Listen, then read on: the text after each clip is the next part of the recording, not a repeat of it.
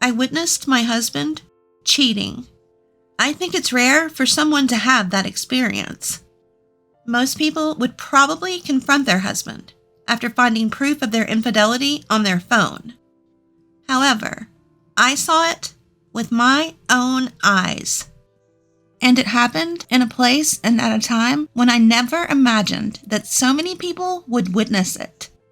Well, I have always felt suspicious about their relationship, but I never expected to witness my husband cheating in such a public place.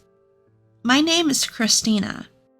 I'm a stay-at-home mom with a 6-year-old son. The day I witnessed my husband cheating, he had the day off from work, and we had planned to go out as a family. But when I woke up, my husband was already gone. I received a message from him saying, "I'm going to take care of my sister, who has a fever of 102.2 degrees Fahrenheit. It seems like no one is home today, so I'll be back in the evening." A message saying that came in. I let out a big sigh. I had told my son that we were going to an amusement park today, and he had been looking forward to it since the day before. I had heard that my husband had been put in charge of a big project recently, and he hadn't had a break in the last 6 months. So this was supposed to be a rare chance for our family to spend time together. But he went to take care of his sister instead. She's supposed to have a fiancé, so he could have left her to take care of herself. Besides, my husband has a sister complex. The reason he started dating me, it was because he said I looked like his sister and was wonderful. I remember feeling uneasy about that. I had met his sister a long time ago, and she was a very beautiful and kind person. So I guess looking like her is the highest praise my husband could give me. But I couldn't help feel creeped out by it. My husband used to say, "I want a boy and a girl." And he frequently initiated sex. But since our son was born, the frequency has decreased noticeably. Now, it's non-existent. We're still young, and my husband used to be a person who enjoyed sex. So I suspect he might be doing it with someone else instead of me. Well, I could forgive him for betraying me. It's annoying, isn't it? But the problem is that he disappears, even on days when he has off from work, like today. It wouldn't hurt to play with our child occasionally, even on a day off. Our child is daddy's boy, and he starts crying when he realizes his dad isn't around. My husband is too indifferent toward our child.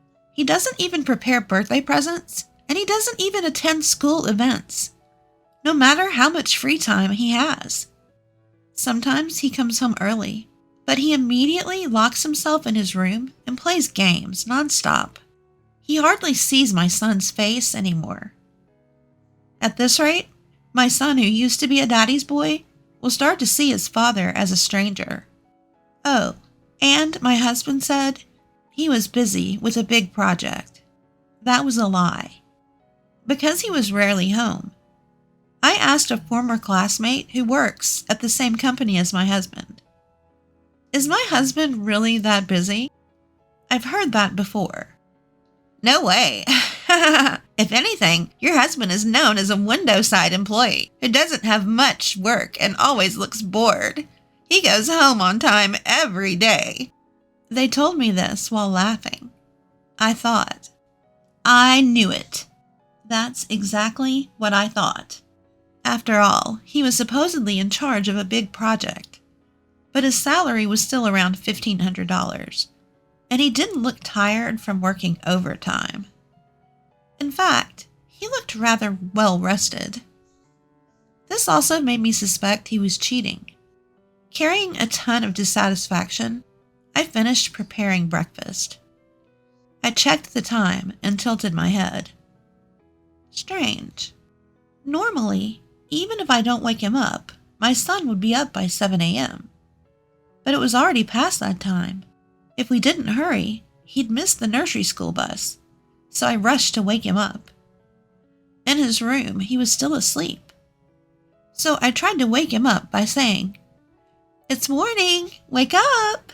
Instead of a response, all I heard was a pained groan. Worried, I reached out to touch my son's face and felt his forehead.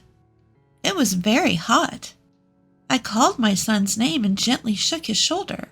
He barely opened his eyes and said, "Mom, I can't breathe," he told me. I almost panicked.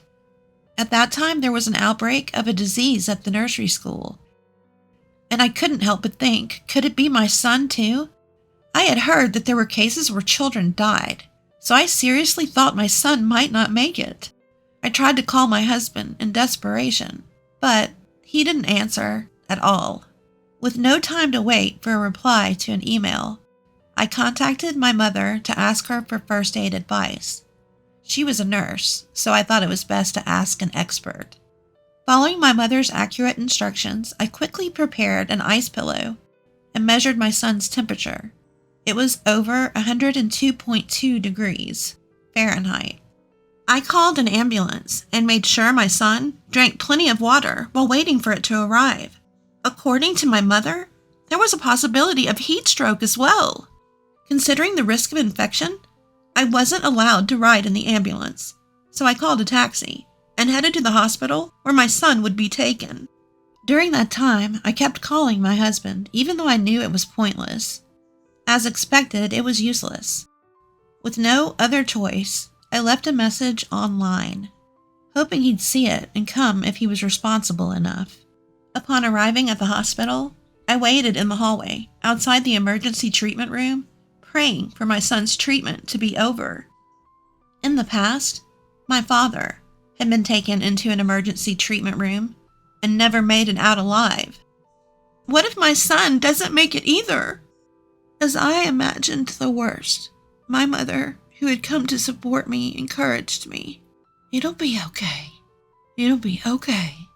And then, an hour later, my son was saved. But they said it was best for him to be hospitalized for a week. So he was taken to a hospital room. In the end, my husband didn't come home that day. The next day, I went back home to get some clothes for my son and decided to bring him some fruit as a get-well gift. I thought I'd also greet the doctor who had helped us the day before, so I passed by the emergency treatment room, but suddenly the area became chaotic. Did someone get brought in? Thinking I might be in the way, I decided to postpone my greeting to the doctor. As I was about to go to my son's room, I saw a man and a woman on a stretcher. They were barely covered with a thin blanket and looked almost naked. It seems they're still joined together. It seemed they were stuck together during intercourse. I had never experienced it, but it must be tough. But being transported like this must be so embarrassing. And I was thinking this and trying to pass by. I made eye contact with the man. Under normal circumstances, it would be an awkward situation. But it was different for me. I froze. That's because the man was my husband. "What are you doing here?" I exclaimed in surprise. Well, I caught my sister's cold and, My husband was at a loss for words. At that moment, I was also confused. What were the odds that my husband would be here after my son was just brought in yesterday?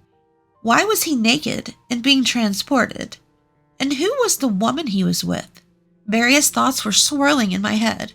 During my confusion, I made eye contact with the woman my husband was with. Even in my disarray, I knew this woman was my husband's affair partner.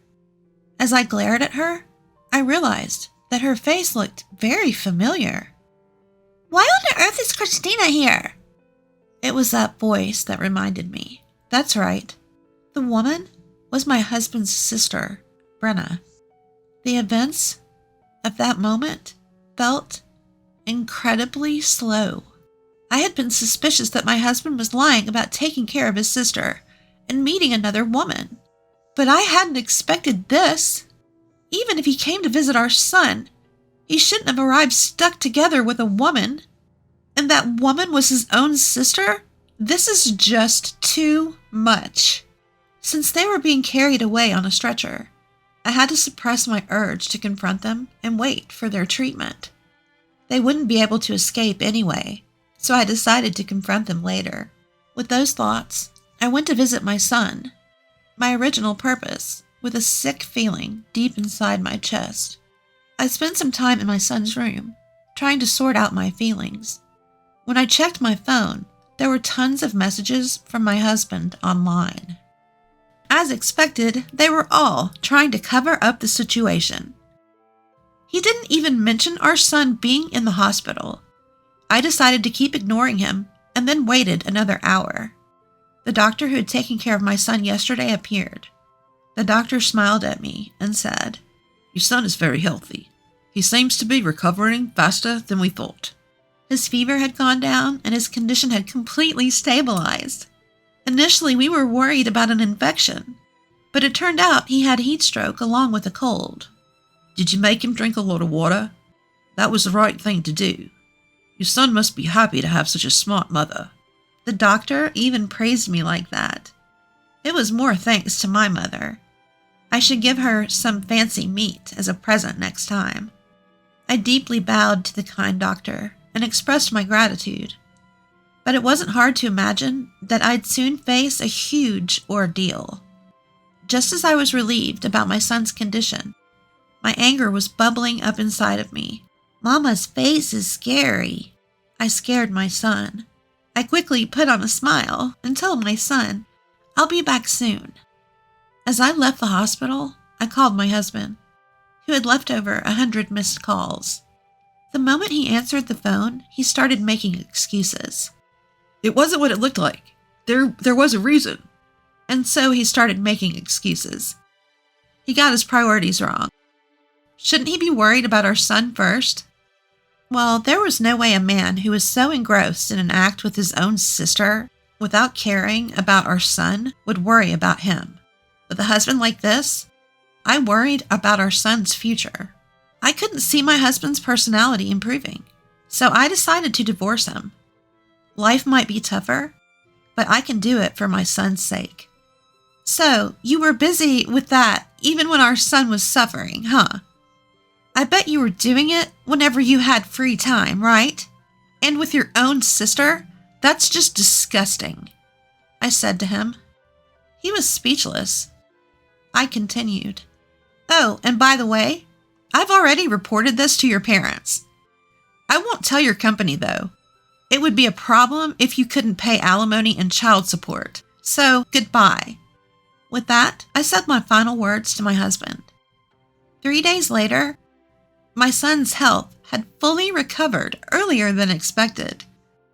So I completed the discharge procedure and returned home with my beloved son after a long time. Of course, my husband wasn't there. After that incident, my husband came to apologize in person, but I handed him the divorce papers I had already signed.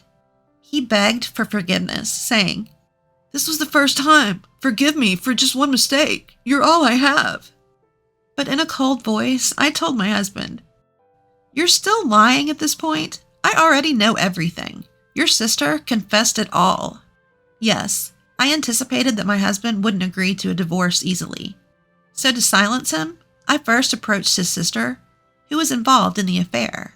"Dear sister-in-law, I heard you're going to have a wedding ceremony with your boyfriend soon. Congratulations."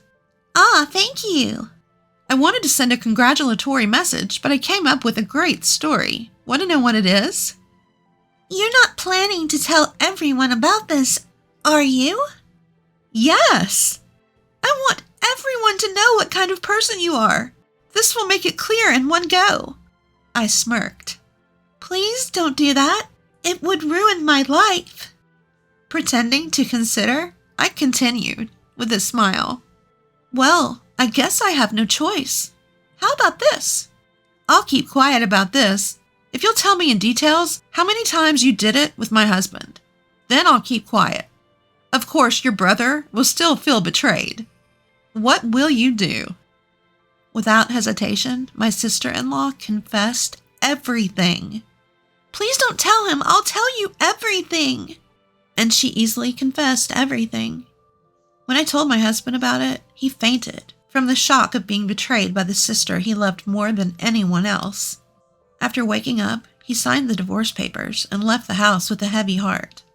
From there, I went through a lawyer to demand a divorce, custody of our son, alimony, and child support from my husband. He initially haggled over the amount, but when I whispered in his ear, "Do you want me to spill the beans to your company?" he replied, "All right, I'll pay the amount you requested." He left the lawyer's office. After that, for some reason, his company found out about the incident, and he was called in and severely reprimanded. A month later, my husband got fired from his job and now works at a food factory, putting strawberries on cakes to pay for alimony and child support. For some reason, people at the factory knew what he did, and he's always the subject of rumors among young girls, making him feel uncomfortable. As for my husband's sister, despite me not revealing the truth, the whole incident came to light, and her engagement was called off. Apparently, her boyfriend, who suspected her of cheating just like me, had hired a private investigator to check on her. She was demanded a large amount of money as compensation for this broken engagement, and now she works at a nightclub. The other day, her ex-boyfriend gave me a photo of them in the act, saying, "Use it if you need to." I wondered what kind of nerve he had to give such a thing to a woman like me, but I decided to keep it in my drawer. In case my husband contacts me or tries something, I'll gratefully use it. I moved back to my parents' house for a fresh start, and am raising my son with their help. My parents, who lived far away, were sad that they couldn't see their grandson often, so they offered to help as much as possible. I don't want to rely on them too much, so I'll only lean on them when I need to. By the way, my son has been in perfect health since that high fever, as if it never happened, and has been awarded for the perfect attendance for 3 years now. He seems to have completely forgotten about his biological father and enjoys every day. That makes me happier than anything else. Oh, I almost forgot. Our family has grown. It's Angel, the white cat sleeping comfortably on my lap. When I went to say goodbye to Angel, who often came to play in my yard before moving, he jumped onto my lap as usual and then stayed still like a statue. I was sad to part with Angel, so I brought him with me to my parents' house. Now he's close with my parents, and he's just as important to me as my son. From now on, I want to watch my son grow up warmly, with my parents and Angel. That's what I think about as I sit here in the rocking chair on the porch, stroking Angel.